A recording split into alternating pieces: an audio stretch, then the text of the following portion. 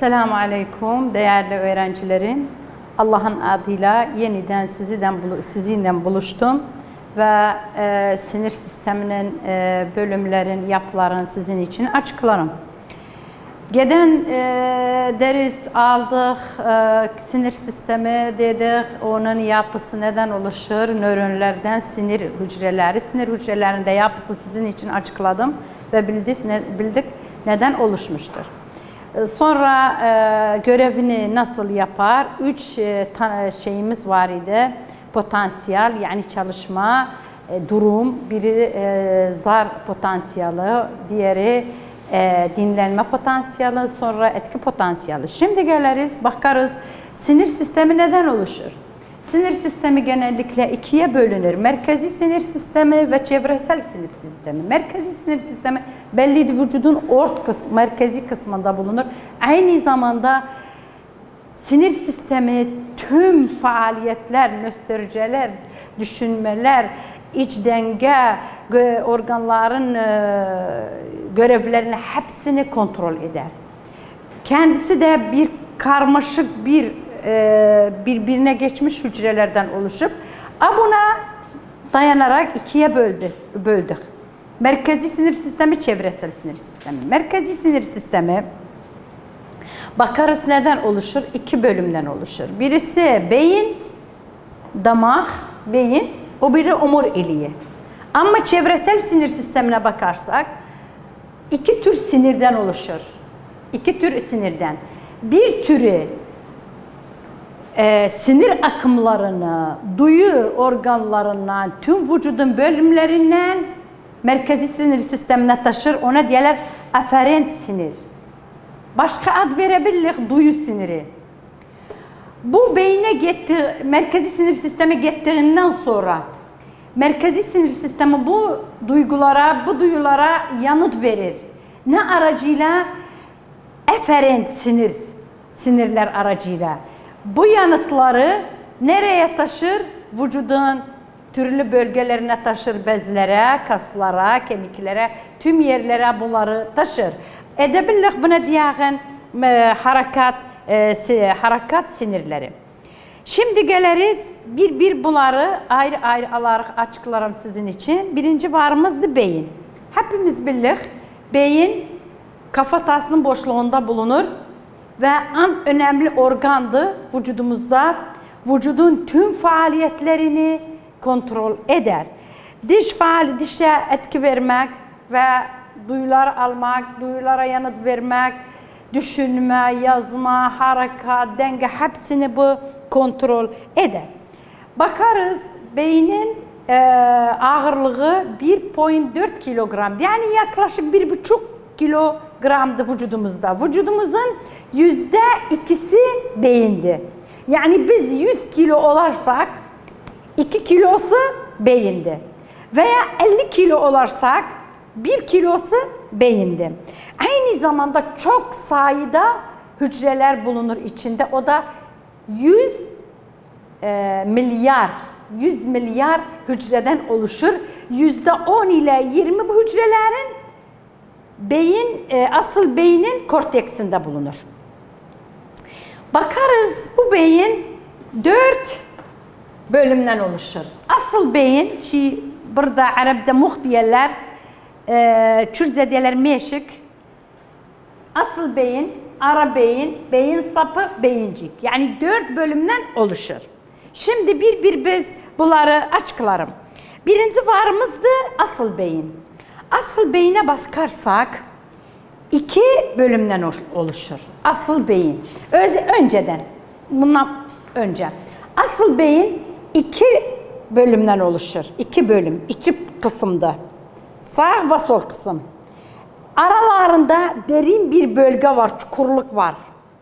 İkisi neyle birbirine bağlanır? İkisi bir demet sinir aksonuyla birbirine bağlanırlar. Ona ne diyorlar? Sert cisim. Sert cisim, kopor, kalsiyum. Sert cisim ona diyorlar. Aynı cevizi açarak nasıl içinde 2 taraftan oluşup, bir iki taraf birbirine bir cisimle yapışıp bağlanıptı derin bir bölgede. Bu aynı onun gibi. Yani beyin, asıl beyin iki taraftan oluşup, iki kısımdan oluşup aralarında derin bir bölge var. O derin bölgenin, o bölgenin, çukurluğun, şakanın içinde bir cisim var. Ona sert cisim diyorlar. Beynin iki tarafını birbirine bağlar. O sert cisim neden oluşur? Sinir aksonlarından oluşur. Bir demet sinir aksonundan oluşur. O çukurluğun derin bölgesinde bulunur. Sağ ve sol asıl beynin tarafını birbirine bağlar. Genellikle asıl beyne bakarsak, asıl beyin iki tabakadan oluşur. Asıl beyin iki tabakadan oluşur. Dış ve iç. Dışa diğerler korteks veya diğerler gri cisim. İçeri kısma diğerler beyaz cisim. Yani de o yüzden diğerler medulla.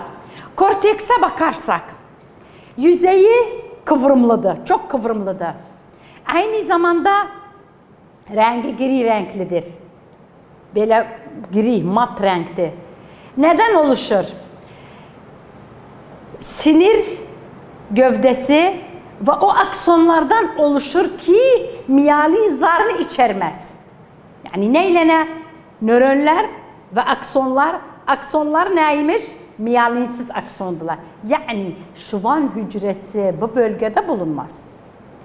Ama medullaya veya beyaz cisme bakarsak, beyaz cisim düzdü. İç tabakadı. Rengi beyazdı. Aynı zamanda da neden oluşur? Aynı zamanda nöronla miyelinli aksonlardan oluşur. Yani asıl beynin dışarısı miyelinsizdi, içerisi miyelinlidir. Geliriz şimdi asıl beyin birkaç bölüme bölünür. Asıl beyin birkaç bölüme bölünür, birkaç lobdan oluşur.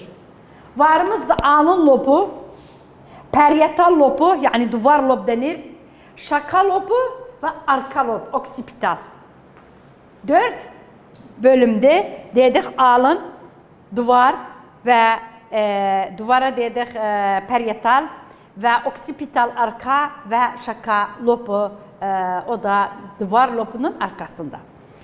Alın lobuna bakarsak, alın lobu, bakın ne ondan, neden sorumludur? Yani asıl beynin her bölgesi bir görevden sorumludur.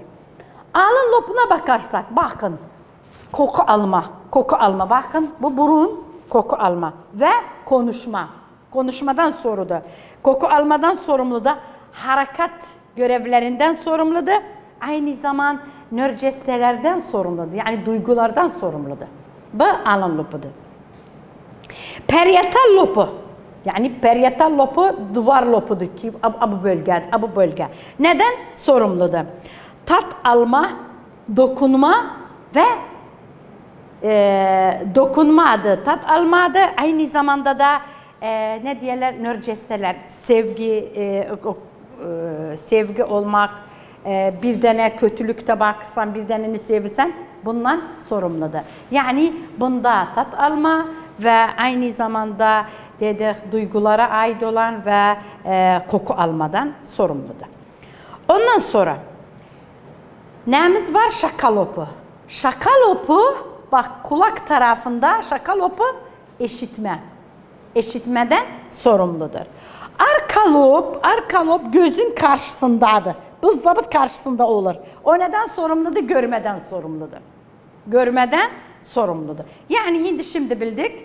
Alın lobu neden sorumludur? Konuşma ve nörcesteler ve harekat ve koku almadan sorumludur. Parietal veya duvar dedik, tat alma ve dokunma. Mesela buna bakıram, bu düzdü, bu dırdı, bu savuktu, bu sıcaktı. Yani nasıl savuk sıcak değil ama ne bu düzdü, bu dırdı, bu kıvrımlıdı, bu hepsi neredeydi? Parietal'daydı. Aynı zamanda duyu görevinden sorumludur. Ama dediğimiz gibi şaka lobu neden sorumludur? Şaka lobu eşitmeden sorumludur. Ama arka lob görmeden sorumludur. Burada sağ taraftan sol taraf birbirinden ayrıdılar. Nasıl? Yanıt vermekte. Mesela konuşma ile değil, ben Türkçe konuşurum, bir İngilizce, bir Kürtçe, bir Arapça konuşurum. Bunun merkezi nerededir? Sol taraftadır. Yani konuşma ile değil, sol tarafta olur. Ama sağ tarafta düşünme. Düşünme sağ tarafta. Düşünürüm, mantıklı düşünme. Mesela ben sınavım var ya veya benden bir soru sordular. Düşünürüm, nasıl bir soruya cevap verim? Hangi merkezi nerededir? Sağ taraftadır. Sağ tarafta. Vücudun yer şekli, vücudun şekillendirme. Şimdi ben böyle durum, sonra böyle oldum. Bu sağ taraf bundan sonra. Sonra vücudun alan yeri. Ne yerdedir? Geniş yer veya dar yer. Bunlar hepsi kim ondan sorumludur? Sağ taraf beyin, asıl beyin ondan sorumlu. Yani şimdi bildik.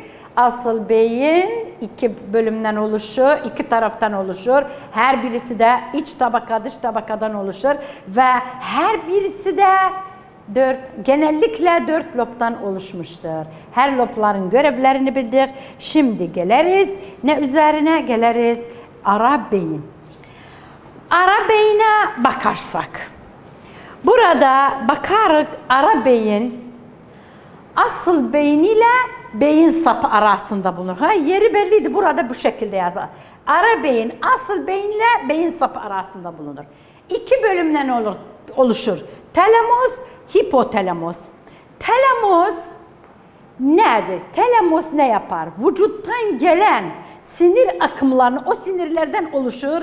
Yani aferent sinirlerinden oluşur. Gelen sinirlerden oluşur. O sinir gelen sinirlerden gelen bilgilerin merkezi oradadır. Önceden talamus o bilgileri alır, beynin farklı yerlerine taşır. Buradan oraya, oradan oraya. Yani edebillik diyağın müdürün sekreteridir. Müdürün sekreteri gibidir. Önceden alır, sonra genel bölgelerine, özel bölgelerine bu akımları taşır. Ama hipotalamus ise o da iki görev var. Bir iç denge.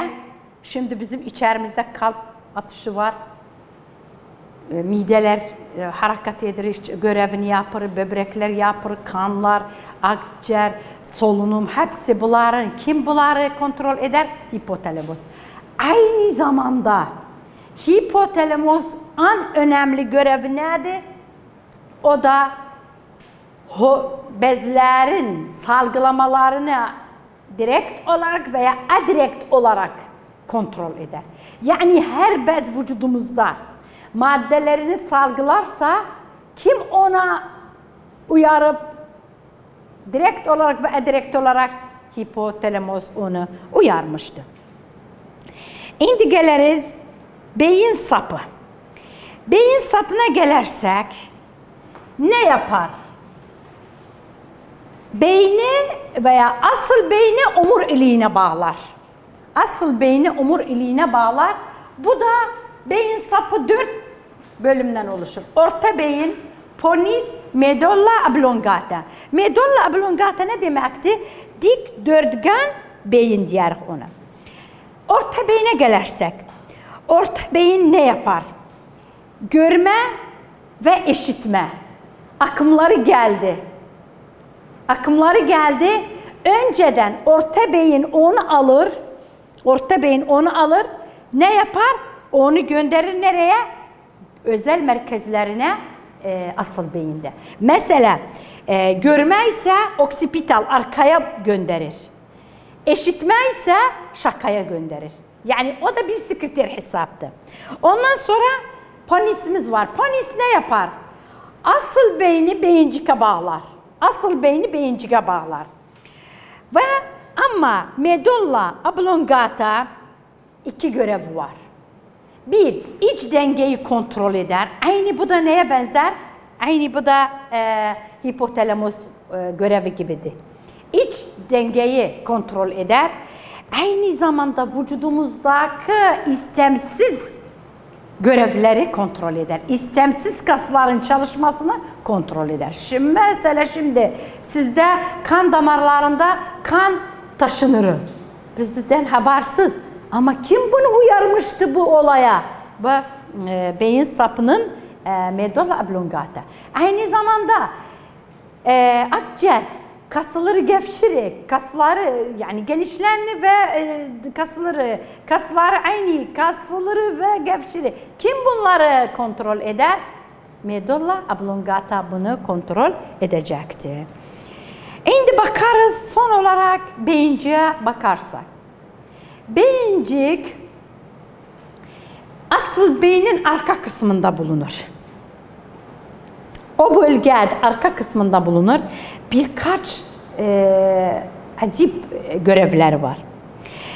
En önemlisi istemli kasların görevini, harekatını kontrol eder. Bu da medulla oblongata'nın tam tersidir. O istemsizleri kontrol eder. Bu ne yapar? İstemli kasları çalışmasını kontrol eder. İkinci ne yapar? İstemli kaslardan gelen sinir akımlarını, istemli kaslardan ve bezlerden ve gözden, kulaktan ve eklemlerden gelen akımlarını alır, kendi bölgelerine önceden bunu ne verir? Verir talamusa, talamus da kendi özel merkezlerine bunları taşır. Başka görevi var, vücudun durumunu kontrol eder. Ben durdum. Kim bunu kontrol etti? Beyincik. Dolandım, eğildim, koştum, durdum, bunları uydum. Yani uzandım Bunlar hepsi kim bunu kontrol eder? Bunu medulla oblongata bunu kontrol eder. Aynı zamanda vücudun şeklini kontrol eder. Durdum bu şekil. Şimdi bu şekli beyincik kontrol etti. Dik oldum. Beyincik kontrol etti. Ondan başka hızlı kasların hızlı kasılmasını kontrol eder. Aynı zamanda kasların az sürekli kasılmasını kontrol eder. Mesela şimdi bunu tuttum ve bir az kasılmadı ama sürekli yazıram. Bunu kim kontrol etti? Beyincik bunları kontrol etti. Aynı zamanda hızlı sürekli. Mesela ben koşurum, yürürüm. Yürüme ama devamlı yürüyorum. Buradan birkaç kilometre yürüyorum. Kim bunu kontrol etti? Bunu beyincik kontrol etti. 3 tane beyincik, beyin sapı ve asıl beynin korteksi. Beyincik ve beyin sapı ve asıl beynin korteksi. Her üçü birlikte ne yaparlar?